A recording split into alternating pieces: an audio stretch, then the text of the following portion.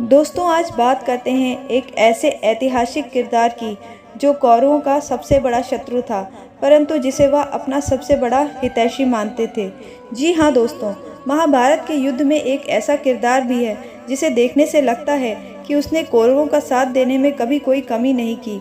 जो गांधारी का भाई था और दुर्योधन का सगा मामा था, और मूर्ख दुर्योधन जिसे अपना सबसे बड़ा हितैषी समझता था, उसने अंदर ही अंदर प्रतिशोध की आग में जलते हुए कौरव वंश के विनाश की पूरी महाभारत बना डाली।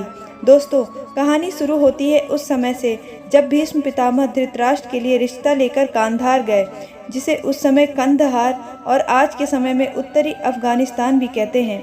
कंधार के राजा उस समय सुबाल और उनकी पत्नी का नाम सुधर्मा था। उनके 100 पुत्र थे और आखिरी पुत्र का नाम शकुनी था। उनकी एक ही पुत्री थी जो उस समय की सर्वाधिक सुंदर स्त्रियों में गिनी जाती थी। उसका नाम गांधारी था।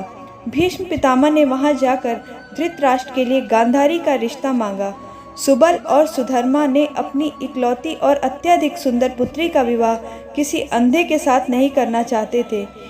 वह इसके लिए राजी नहीं हुए, परंतु उस समय भीष्म पितामह और हस्तिनापुर की शक्ति को देखते हुए गांधारी ने इस रिश्ते को स्वीकार कर लिया। परंतु गांधारी की कुंडली में एक दोष था कि जिस भी पुरुष से वह प्रथम बार विवाह करेगी उसकी शीघ्र मृत्यु हो जाएगी। गांधारी की कुंडली के इस दोष को खत्म करने के लिए उसका विवाह एक बकरे के साथ कर दिया गया। कुछ दिन बाद बकरे की मृत्यु हो गई। उसके बाद भीष्म पितामह गांधारी को हस्तिनापुर ले आए और उनका विवाह धृतराष्ट्र से कर दिया गया।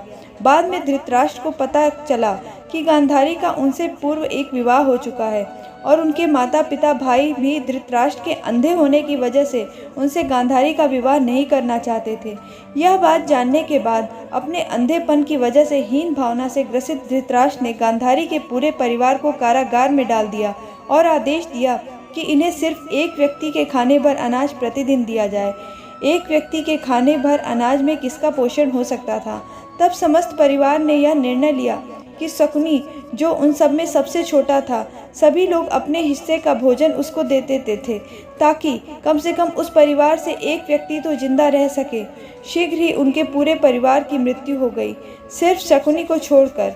मरते समय शकुनी के पिता ने शकुनी से कहा, इधर आओ पुत्र शकुनी।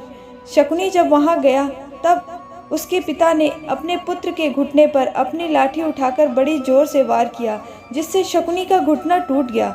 शकुनी ने कराहते हुए अपने पिता से पूछा, यह क्या पिताजी, आपने मेरा घुटना क्यों तोड़ दिया? तब उसके पिता ने कहा, शकुनी, हम सब ने तुम्हें अपने हिस्से का अन्न देकर जीवित रखा है ताकि तुम कौरवों से हमारे पूरे परिवार की मृत्यु का बदला ले सको। और मैं जानता हूँ तुम इतने आलसी और अय्यास स्वभाव के हो कि अगर तुम्हें सुविधाएं मिलेंगी तो तुम शीघ्र ही हमारे परिवार की मृत्यु और हमारे बलिदान को भूल जाओगे। इसलिए मैंने तुम्हारे घुटने को तोड़ दिया है ताकि तुम्हें प्रतिपल याद रहे कि तुम्हारे परिवार का घोर अपमान और तुम्हारे भाइयों और माता पिता की मृत्यु का कारण मेरे मरने के बाद मेरी हड्डियों से तुम 2 पासे बनवा लेना, और उनसे जब भी तुम कोई खेल खेलोगे तो तुम्हारी जरूरत के हिसाब से ही अंक आएंगे। इतना कहकर शकुनी के पिता भी मृत्यु को प्राप्त हो गए। शकुनी के समस्त परिवार की मृत्यु हो गई। तब शकुनी को अकेला देखकर धृतराष्ट्र ने उसे क्षमा कर दिया, परंतु शकुनी को अपनी टूटी हुई टांग देखकर प्रतिपल अपना प्रतिशोध याद आता था। धीरे धीरे उसने मन ही मन एक योजना बनाई और धृतराष्ट्र और गांधारी को अपने वश में करना आरंभ कर दिया और उनके कान भरने लगा। पांडु आपसे छोटे हैं, फिर भी वह राजा हैं। आपको उनको मरवा देना चाहिए और राज सिंहासन पर आपको बैठना चाहिए। आप बड़े भाई हैं। धृतराष्ट्र बचपन से ही अंधे होने की वजह से हीन भावना से वैसे ही ग्रसित थे। शकुनी की बातें सुनकर उन्हें लगता यह मेरा बहुत बड़ा हितैषी है। धीरे धीरे शकुनी की बातों का असर धृतराष्ट्र और दुर्योधन पर बढ़ता गया। पांडवों के पिता पांडु की जब मृत्यु हुई तो युधिष्ठिर ने धृतराष्ट्र को ही अपना पिता मान लिया था और उनकी समस्त बातें मानने लगे थे।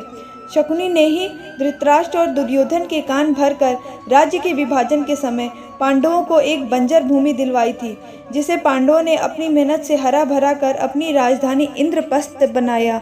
शकुनी यह चाहता था कि दुर्योधन राजा बने, दुर्योधन जो कान का अत्यंत कच्चा और शकुनी को अपना सबसे बड़ा हितैषी मानने वाला मूर्ख था, उसके राजा बनने पर शकुनी को भीष्म पितामह और कौरवों से बदला लेने में बहुत आसानी हो जाती।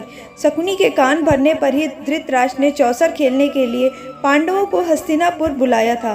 पांडु जब चौसर खेलने के लिए बैठे तब शकुनी ने दुर्योधन के कान भरकर कहा, भांजे तुम्हारी तरफ से मैं पासे फेंकूंगा, फिर देखता हूँ कि तुम कैसे नहीं जीतते हो। पांडवों के इस बात पर आपत्ति करने पर शकुनी ने यह बात धृतराष्ट्र के मुंह से कहवाई।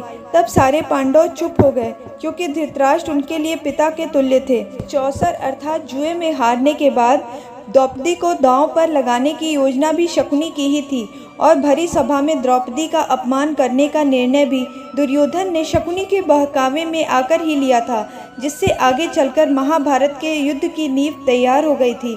पांडवों के अज्ञातवास के समय लाक्षागृह में पांडवों को जलाकर मार डालने की योजना भी शकुनी ने ही बनाई थी।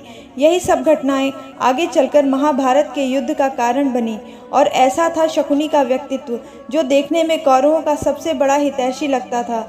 उसने ही समस्त कौरवों का विनाश कर डाला और अपने पिता के दिए हुए वचन को पूर्ण किया।